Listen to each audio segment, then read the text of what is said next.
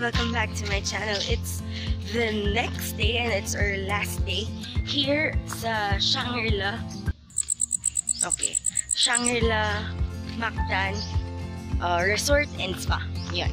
It's our last day here and it's already 6:30 AM and papunta na ako sa main beach para sulitin naman yung stay namin dito.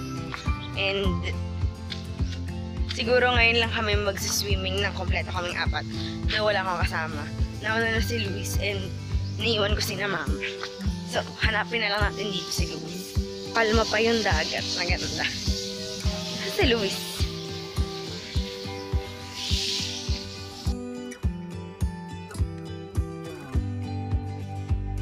Hi guys! So, nakita ko na siya.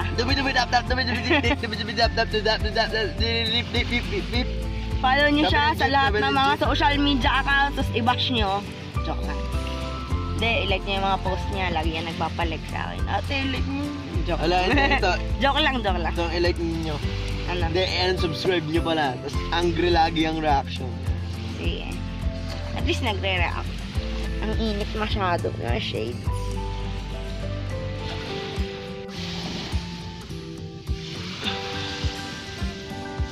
Nandito Hello. na ang Papa. Papa Kulo. Papa! Hi. Magay kayo. Hello. Good morning. Shangri-La Mactan. Tayo ng Mama. Umuna na. Kanina, ginakan chawang ko. Bastos to si Luis. Liligo na kami. Ay na Mama. Magsisiming na siya. So, ito na din si Luis. Ha? Hello. And bibitawan ko na yung camera. Kasi gusto ko na din maligo. So, yes! Andito naman ang Papa. Kumakain pa siya ng pongkan. Hello. Hello. Katatapos lang namin mag-swimming sa dagat. And madaming isda dun. Like, Luloko lang yung vlogger na yan. hindi! Pupunta na kami ngayon sa pool. Dito naman. Lagi kaming ganun. After yung dagat, pool naman. So yun, nandito na kami ulit sa hotel room. And nagbabanlaw na si na Mama. Tapos kami dito nag-iintay lang. After nito, maliligo. After nito, mag-buffet breakfast na kami. And then, mag-prepare na kami ng mga gamit. So, hi guys! Hi guys! Welcome back to my channel. Natatapos na namin magbanlaw. And ngayon, hulaan nyo kung saan kami pupunta. Pupunta naman kaming Tides para mag-breakfast. Ito na yung last time namin mag-buffet breakfast dito. Ilang beses tayo nag-buffet breakfast? 6 times? It's our 6th day na ng buffet breakfast. Hanap na yan. Kompleto na ulit kaming apat ngayon. Tapos nauna na lang si na Mama dun sa Tides. Luis, dito ka bumili pa sa lubong kung tropa mo. Ito yung mga dried mango yung nakakain. Saan?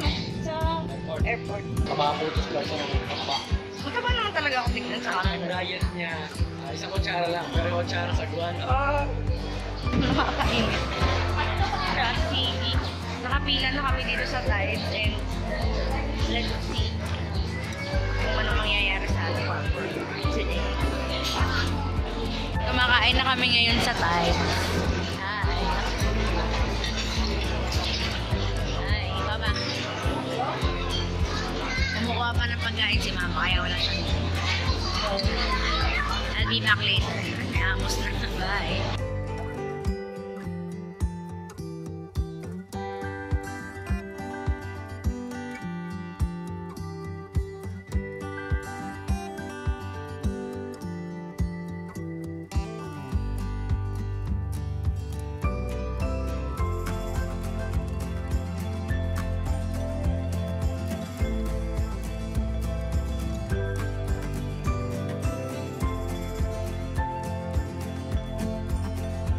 Na kami sa lobby ng Shangri-La. Tapos hinihintay lang namin mag-check out si na Mama.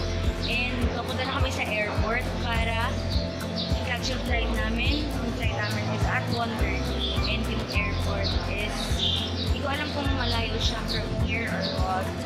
But yeah. Hindi ko naman malapit lang. Pero kailangan pa rin naming maagang andun. Kasi baka pagsaraduhan kami ng check-in counter, boarding gate, mahirap na.